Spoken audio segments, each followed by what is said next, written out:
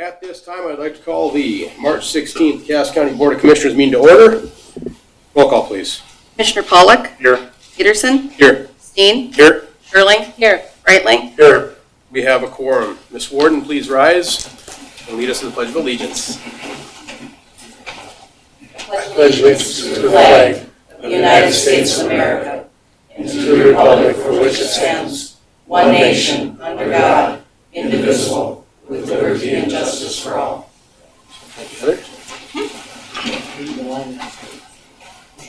Apparently.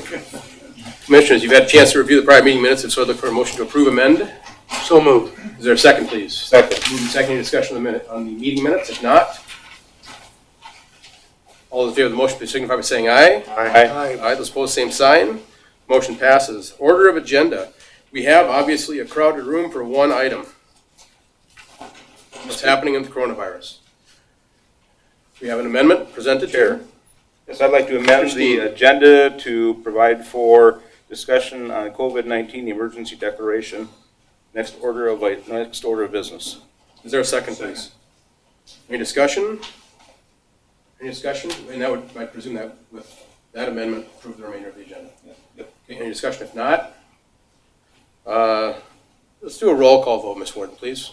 Commissioner Breitling. Yes. Peterson. Yes. Steen. Yes. Pollock. Yes. Sherling. Yes. Motion passes. On to our item everyone's here for, COVID-19 emergency declaration. Commissioners, unlike the cities, I can't arbitrarily as chair declare an emergency. I need your help, I need your approval. Discussion on the matter at hand, Commissioners. Mr. Chair, Commissioner Steen. can you explain to the rest of the commissioners and the audience the purpose of declaring the emergency declaration? Yeah, so that's a good point. So the important thing about this is it's not to panic anyone, right? There's no worry. We don't even have a case outside of Ward County in North Dakota. Our friends across the river, Mayor Judd is here as well. He'll be signing a declaration, is my understanding. There's no one in Clay. My understanding is all the cases, even in Minnesota, are down near Minneapolis. I think the closest one we have is in St. Paul. What this does, this allows us to benefit, the federal declaration allows us to benefit from federal monies that will be allocated based on the expenses that we're going to incur. What are some of those expenses? Additional hours, equipment, items, the things that it will take to secure the places we have to secure. The best example of that is going to be presented, I believe, on item number 1, which is our jail. Everyone's concerned about hospitals, and they should be. There's one issue we have at the county, our jail. Our jail is a local issue. Our jail is locally operated. If doctors and nurses get sick, it's a terrible thing. They can't perform their jobs. If my correctional officers get sick, they can't perform their jobs either. And as specialized as we know doctors and nurses are, my COs are just as specialized. It takes me 2 months, plus or minus, to have someone on staff to be able to be in that jail, trained and operable. We cannot risk them getting sick. There's going to be an expense to the county in that. Again, what is that? Salaries and material. So that's my example here from Cass. This is what this is about. It's capturing federal funds, not to cause a panic. Commissioner Steen? So for that. I need a motion, Commissioners. Mr. Chairman, Commissioner Pollock. I move to approve Emergency Declaration Resolution 2020-6. Is there a second, please? Second, please. Moved and seconded. Any discussion? Just a little bit, Mr. Commissioner Chairman. Pollock, yes. So the reason why we're spread out today is for the social distancing, and we're all getting used to this, the new way of doing things for the short term. But we need to extend that. You know, right now it looks like the line ends about right here for the social distancing, and so as a commission, you know, we need to set the room so that the people aren't as in close contact. And I have yet to see any hand sanitizer in the courthouse since I've been here. I know that it's here, but I haven't seen where it is. You know, and so there's things that normally we wouldn't even be thinking about that we have to be cognizant of beyond this resolution. Correct. Anything further, Commissioners? If not, roll call vote, please. Commissioner Sherling. Yes. Breitling. Yes. Peterson. Yes. Steen. Yes. Pollock. Yes. Motion passes. And Commissioners, with that, I'd like to call about a 10-minute recess, allow us to sign the orders, and we will reconvene. Any objection? Okay, thank you. We are in recess. enforcement, things like the EDC, Chambers of Commerce, we are unified and we'll remain unified. The geographical border between North Dakota and South Dakota for people like me doesn't matter. We've had friends, Mayor Judd and I grew up together. We've been friends since high school, and I don't think that's ever going to change, I hope. No. But I just see us building up stronger bonds, a stronger unity over time. And with that, mayors, would you like to say anything? Don't want to put you on the spot. Let's have the Mayor Moritz speak first. Mayor Judd. Again, thank you to the Clay County Commissioners for having us over here to be able to sign together in unison.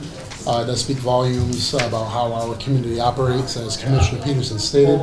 We're all in this together, so I'm just greatly happy to be here amongst my peers. So. How about that guy from way West Fargo? Good afternoon, world. It's a delight to be here with my fellow mayors and the commission president. One thing that the public should understand is that this is a ceremonial thing that we're doing with regard to our communities and dealing with this emergency declaration. But the reality of it is we've been meeting for weeks. We've been meeting individually within within the county or within our respective cities, and then communicating across city borders and county border. So this is a ceremonial action, but the reality of it is there's been a lot of planning going on and a lot of collaboration between the county and the cities, and I'm very proud of that.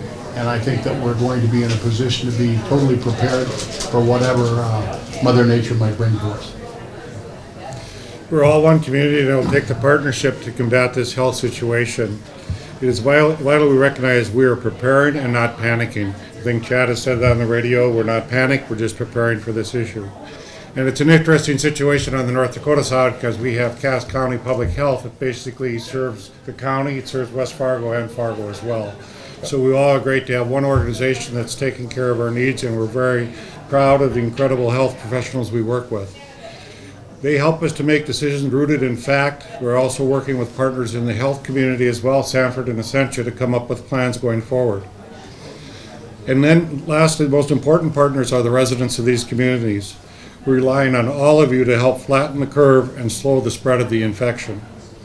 Practice good hygiene, hand washing techniques. Hopefully we'll get a hand sanitizer in this chamber as well, but those are the things you got to think about: washing your hands, social distancing. And when you're going out in public and you have symptoms, stay home. I have many people in our city offices right now that are staying home because they have something. Sometimes they have influenza, which is at its highest marks right now this spring that we've ever seen. So you can have influenza or you could have the coronavirus, but make sure you have good hygiene, keep away from other people. And we will use our resources to give you accurate information going online and what's going on in the community. We will continue to work as a group. And in fact, we're setting up a meeting on Wednesday in which all our partnerships will get together again and talk about what are we doing about coronavirus in the community. And we'll have the professionals talking about that so the community can be informed that measures we're going to take within our community to help this disease from spreading. So this is, again, we work cooperatively, we all work together very well, and we're very pleased to do this, even though we disrupted your meeting, Chad. So thank you very much. Glad to do it, sir. You know that. Thank you. Thank you, everyone.